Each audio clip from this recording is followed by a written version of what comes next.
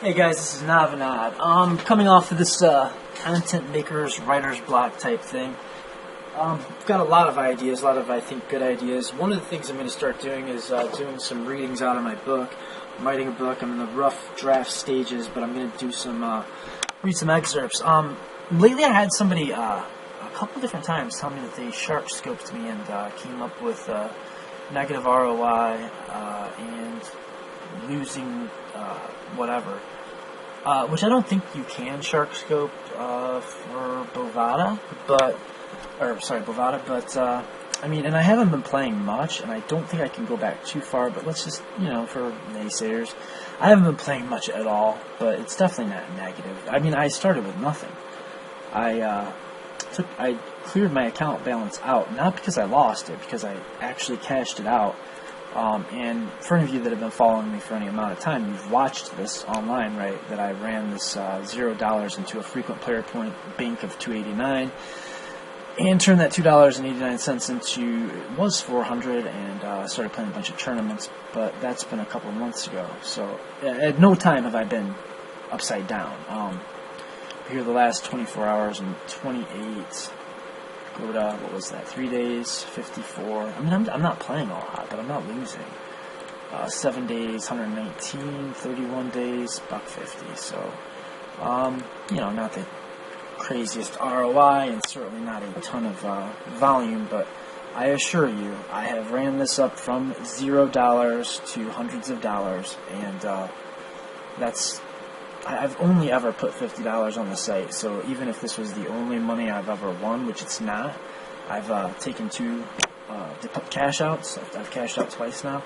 But even if this was all I had, it would still be quite a positive amount. Anyway, so what I want to do is I want to get into very basic heads-up strategy. And I'm not going to be thinking or talking about my thought process in this match against this player or this opponent, but in much more generic terms. And I really just want to take, I don't really care what the stake is, like anywhere between $1 and $20 is fine. We're just going to take the first one that pops up. One of the problems with Bovada is this. I mean, there is a lag. I'm going to pause this and find a game. But yeah, this is going to be about heads-up strategy, like a heads-up default approach. Our default heads-up strategy for anywhere between like $1 and $20 heads-up syndicate. Okay, we found a game. Excuse my coughing and throaty sound. My fiance and I quit smoking a few days ago, and I haven't smoked in 3.5 days, something like that. So I'm coughing a lot of stuff out. I'll try to control myself a little bit, but we'll see how it goes. So against a limp, I'm just happy that 5-3 offsuit gets to see the flop. So we won't do anything goofy. We'll just check back and try to stab at some flops. He shouldn't have a lot of kings. He shouldn't have a lot of any of this stuff, really. Best guess is he's got some kind of a draw, but the two of clubs is probably not a scare card for him. So unless we want to go multi-barrel happy here and bet flop turn and river with 5 high, then I think it's time to check and fold that turn. I think at the early goings, you can use a 3 times the big blind raise, or a min raise, or somewhere in between, and it's fine. Once you get down to lower stack to pot ratios, and once you get into like the 50 big blind area, I think that's about the spot where you ought to be min raising. King 3 offsuit is a hand that I think is going to be a raise against a limp. Blocks kind of the pocket kings, ace king stuff that he might decide to limp or re-raise with. It's probably ahead of his limping range. It doesn't play that well, so we don't mind folds. So all those arguments kind of make me want to bet. King Jack offsuit on this flop.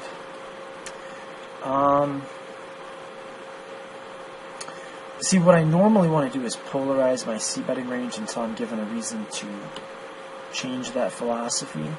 And I don't know if King High on this board can really expect to get any better hands to fold. I would expect he'd call at least once with ace highs. So unless I want to get into a multi-street bluffing situation, then I don't, because I don't have enough equity. Like if I had a king jack of diamonds, and say this was a 10 high flop, much more inclined with 3 to the Broadway and 3 to the second nut flush with 2 overcards to go ahead and c-bet the flop, planning on barreling a lot of turn cards. Now, well, a lot of his range was probably 3x, so I think we just give him credit for that and bow out. Checks flop, checks call, turn, and then he leads when the 3 comes in on the river. Yeah.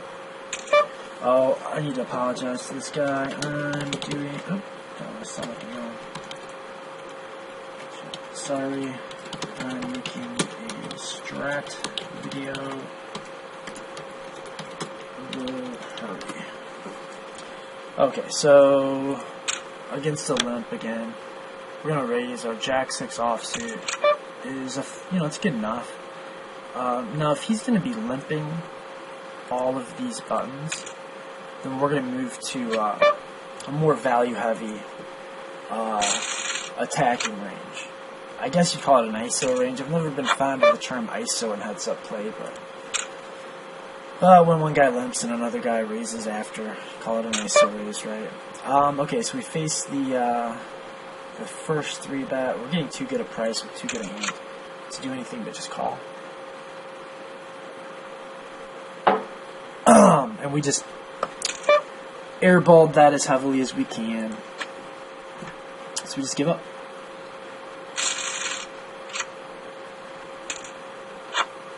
King 9 offsuit against the limp, or King 9 suited against the limp. For sure we're going to ISO for value.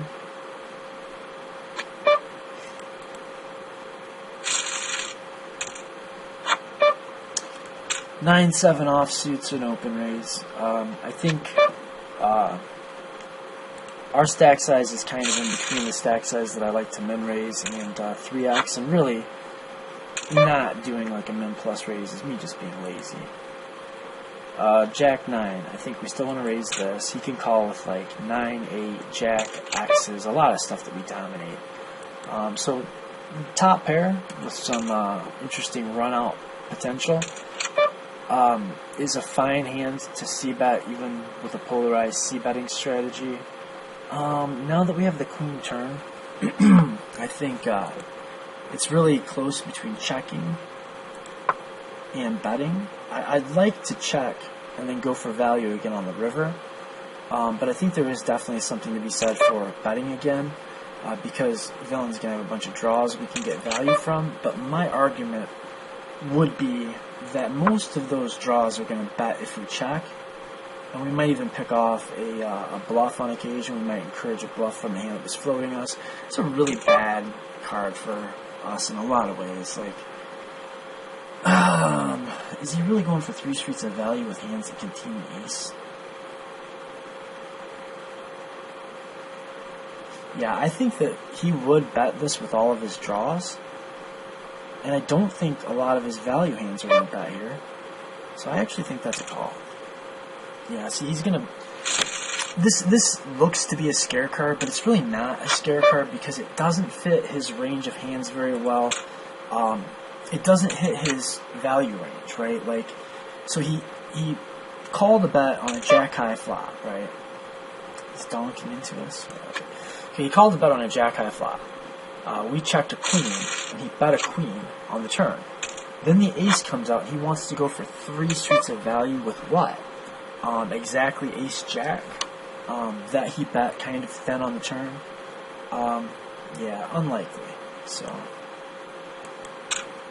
I think that the other end is there are plenty of draws that missed, and that ace would have looked like the perfect card for him to bluff on. So, it's kind of interesting that it looks like a scare card, but in reality it probably isn't a scare card. Normally I would bet fold, top pair, with just a mediocre kicker. But we've already seen this player's capable of bluffing. They might be kind of confused as to how they got called down with third pair, right?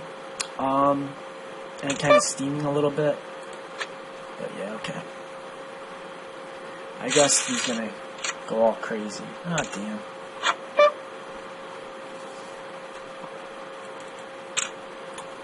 I want to move to a 3x raise now. That's what I want to do here. Okay, so again, part of our polarized continuation betting strategy is definitely going to be to bet top 2. Polarized just means we're going to bet the top and bottom of our range. We're going to check back stuff that's going to play better as a bluff catcher, showdown value type hands. We're going to check those back. Basically, a hand that we're going to be sick if we get check raised, we'll just check back. That's not the reason we're checking back, but that's just kind of a way to determine whether or not you're following a polarized strategy. Is if you were to bet, would you be sick if you got check raised? If the answer is yes, then don't bet. If you're following a polarized strategy. Okay, now, I know a lot of people would bet this combo draw and then just be happy to stack it off, but I actually think this is the perfect hand to check and call, because there are literally no bad cards for me on the turn, so I'm always going to be able to check and call again on the turn. So I want some pairs that check call, I want some draws that check call, and this is kind of it might be the very best hand you have just to check and call flops and turns with. I'm not going to call again, but sometimes you just miss everything. I was drawing to any spade, at this point any queen, any 2, any 10. Yeah, I mean that's a lot of outs, right? Or just him to not be aggressive. None of those things happen, so it's kind of the worst case scenario. So we fold. I'm in such the habit of just using that min raise. I've been playing a little higher stakes. Heads up, where you do get 3-bet a lot more. If you're getting 3-bet more often, it should make you more inclined to use smaller bets. 7, 8, 9, blackjack.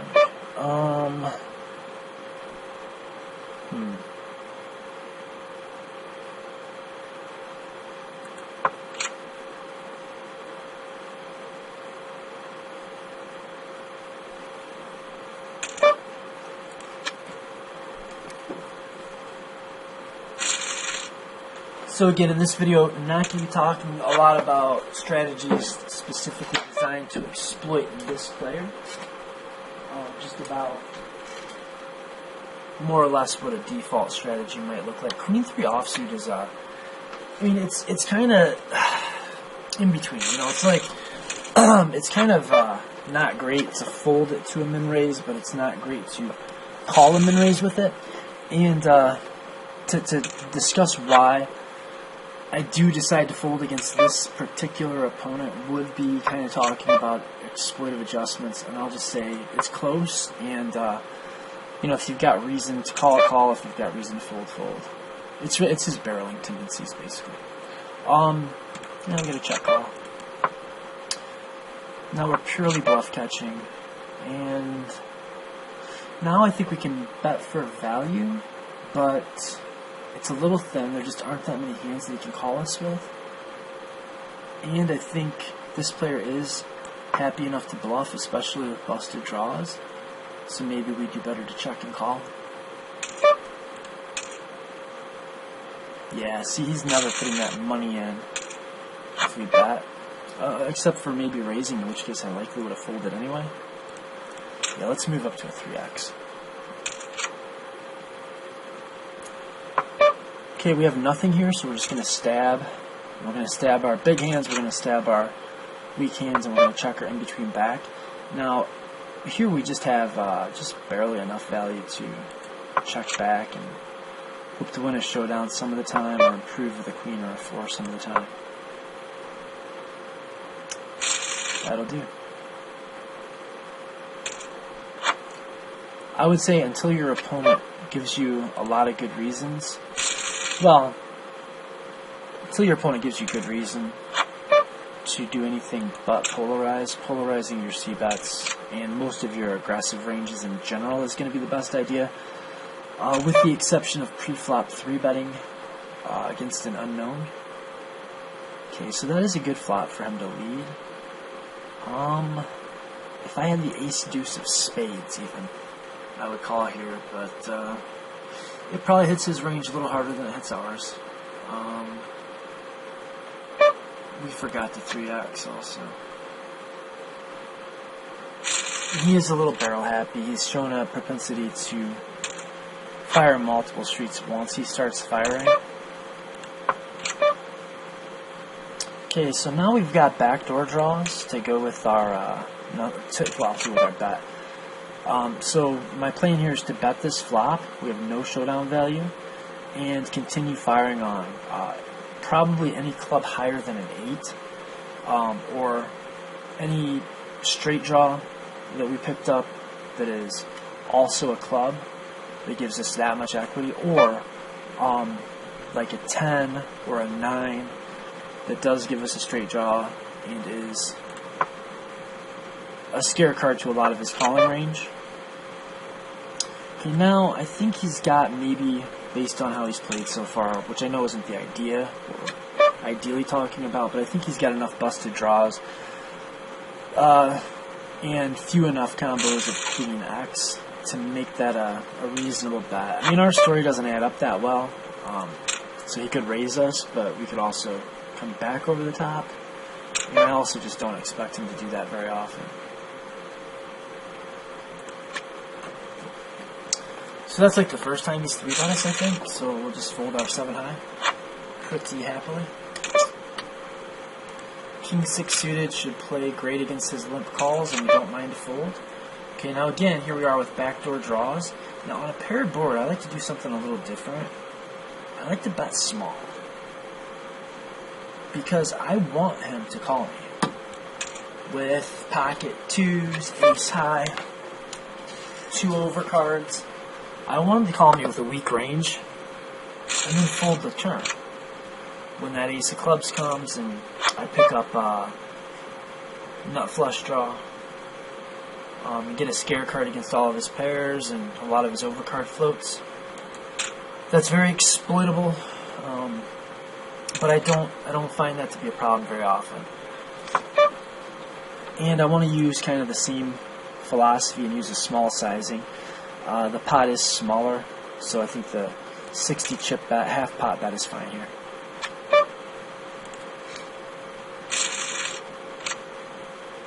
Been a good turn.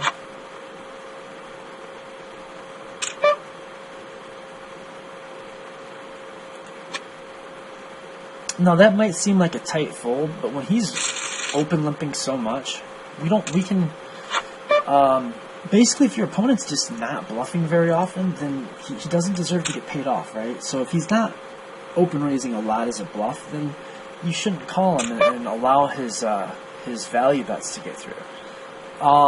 Most guys, I would actually 4-bet this and just get it in if I have to. But against this player, because I think I'm making better decisions post-flop, and also because he's been 3-betting more lately, but I think he's made a grand total of 2, maybe 3 3-bets so far. So our pocket 9s might be okay against his 3-betting range, but they might not be great against it.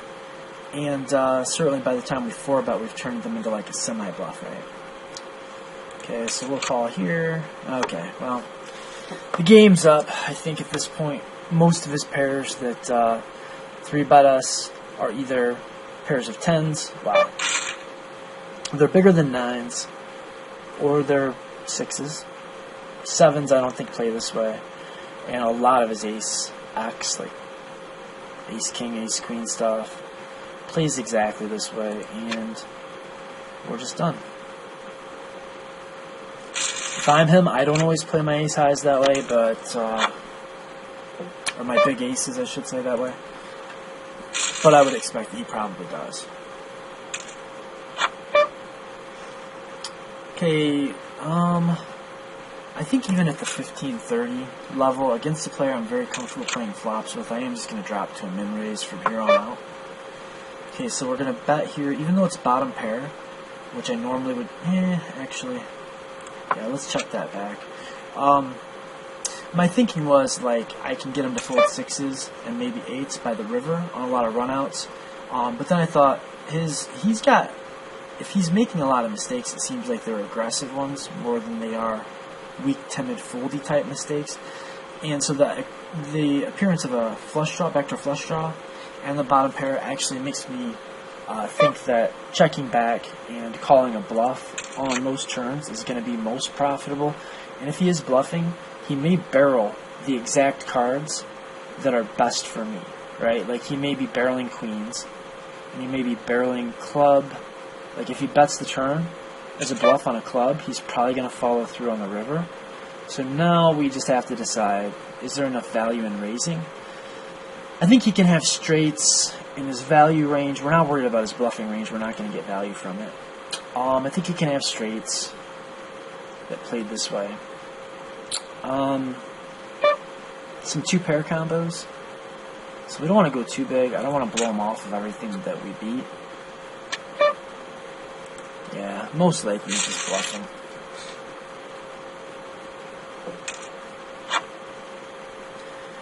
Certainly this is a 3-bet, and if he limps, it's a ISO.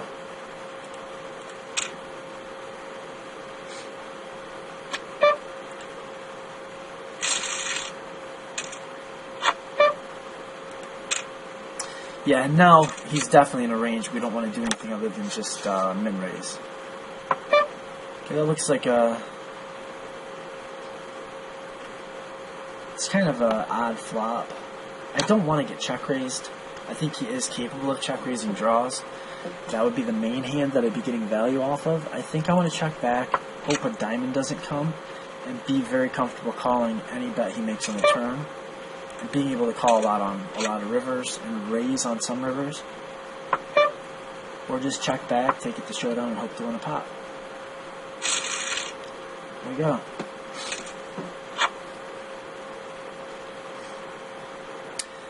Okay, 10-5 is definitely not a hand we want to be calling 5x opens with.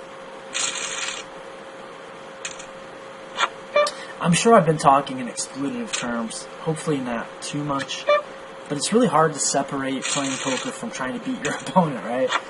But mainly the focus here is default strategy.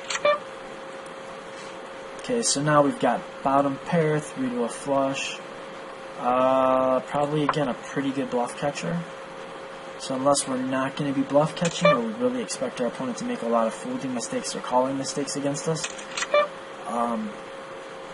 you know, as long as those things are not the case, then checking and calling seems to make all the sense in the world. Our flush draw doesn't look that good, but it actually is better than it probably looks, because the only flush draws that beat us are Jack X of clubs, 10x of clubs, and King X of clubs. So heads up, it's really not that bad. We've got the 4th nut flush. Oh.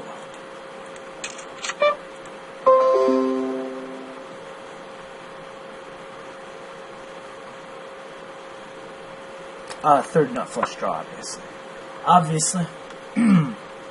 Now we just hope he gives up, checks back, and loses to our pair of 9s, and wants to choke a dog for not betting one more time. Not the case, not the case.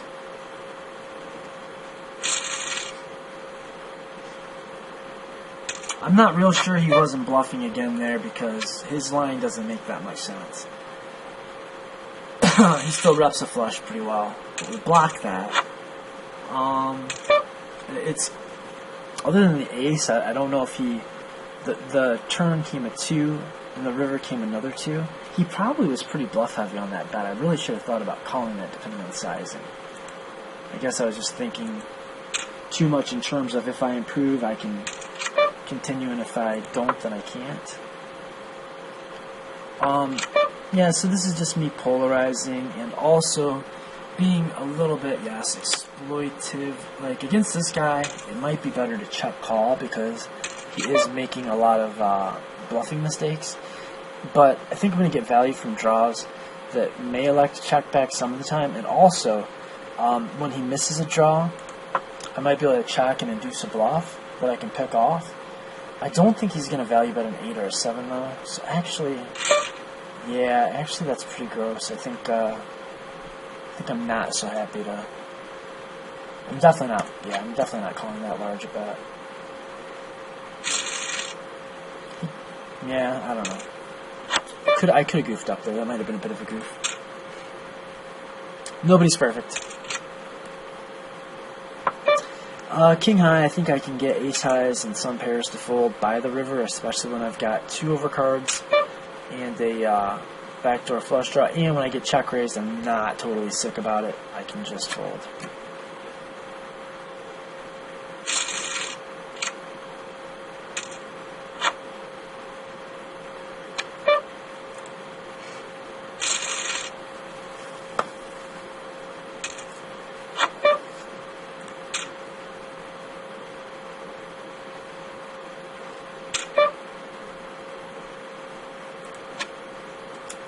Seems to be aggroing up a bit,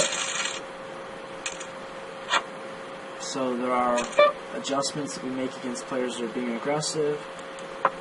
I'm not going to talk about those too much.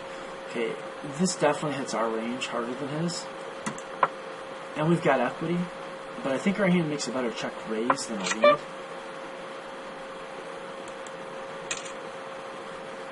Let's just get some value out of our hand now. I would expect he would have bet his flush draws, so I think we've got basically the nuts. If it's not the stone nuts, he can definitely outdraw us. And we can miss out on value that we could have got here when his draws break off on the river. But I think our hand is still plenty strong enough to just shove for value. Or if he gets stubborn with a queen or has an ace. But probably the way that looks is if we don't raise the turn, we just miss that value that we got. We're not always able to get that value later on. So it's a good idea to think about, what the possible river scenarios are going to be, what your opponent's range is, and what's the best way to extract maximum value. And it's usually not to slow play, especially heads up. But maybe we'll get into a spot, like a slow playing spot. Now normally against most low stakes or micro stakes heads up players, I want to have a linear value merge 3-bet range, and ace 8 offsuit is like the dead bottom of it because it just beats more than half of the ace X combos he could have. I don't expect him to ever fold ace X to a 3-bet. But against this villain in particular, with the stack sizes as they are, I think 3-betting would have been pretty dangerous. If he shipped it on us, that would have been extremely bad. Just hope to get our ace high to showdown. Maybe he's slowing down. Maybe he's adjusting. Is he value betting a 4 here?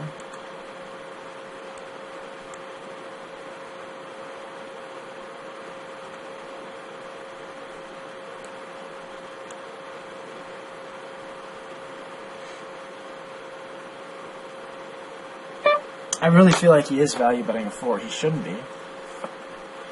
Unless he puts me exactly on ace high. And he was. Value betting a 4. Thought about raising him. Maybe I should have.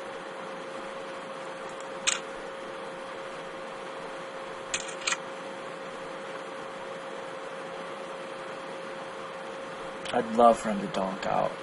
He's time bank checking, and most players when they time bank check, they're checking to fold. That's alright.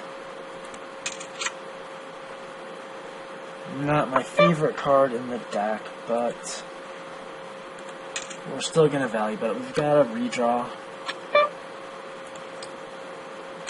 Damn. That does make it hard for us to get value. Because the ace 10 beats us at that point. The draws beat us at that point. And it's just so hard for him to be comfortable with any second best hands.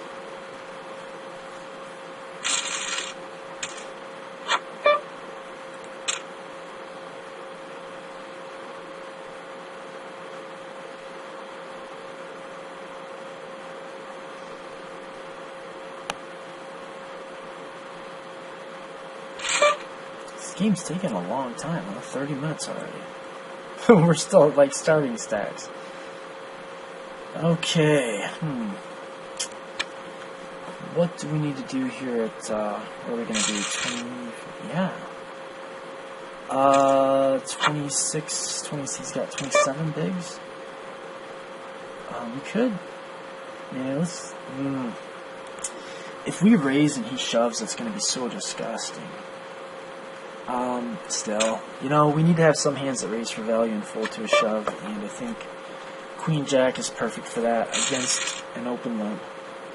It is gross, and it's not super polarized, but again, when we're out of position against the button, especially if he makes a lot of calling mistakes pre-flop, we don't want to be polarized. We want to be linear and value heavy. Okay, even with a polarized range for c-betting, we want to c-bet this flop. With top pair, there's a lot of second-best hands that can give us action. We're not going to love a lot of the action we get. And here I think our best chance to get 2 streets of value is to bet flop and turn, unless we bank a jack on the river, in which case we are getting it in, and if we're beat, we're just beat. A little nervous about how he's tone banking. That looks like a blocking bet. So what if we go half pot? Where does that put us? Okay, let's just click it back. Yeah, we tried. Made a very small raise. I didn't get too greedy. Thought he was probably check calling a draw and just decided he missed just draws, but it's kind of a scary card, so he's just going to bet it. I'm not agreeing with the play, just stating what happened. Okay, I think we do better to bet here. He'll probably call us wider than he'll bet himself. Okay, now that should be incentive for him to bluff. I think all of his busted draws will stab if we check. And I don't mind the idea of pot controlling a little bit here. Shit. Yep, being out of position kind of sucks. See, if he's got an 8, or something like that, that's going to be pretty rotten luck. Pocket 9s, damn it. Oh well. We're not going to get them all perfect. So where's he at? I guess we just... Yeah, I guess we either call or shove. It looked like a real easy shove. Yeah, it is. It is. We just rip it in, and if he calls, we've got equity. We probably will be something like 35% against his calling range. He's going to call with pocket 7s down. He's going to slow roll us with aces. Ha, you deserve this. That's what you get for slow rolling. So there's your $3 heads up, no one hold 'em default strategy. That's I think I did an okay job of kind of breaking down my general thought process and not getting too awfully exploitive. But if there are exploitive adjustments in there, it couldn't hurt. It couldn't hurt you to start to think about those things.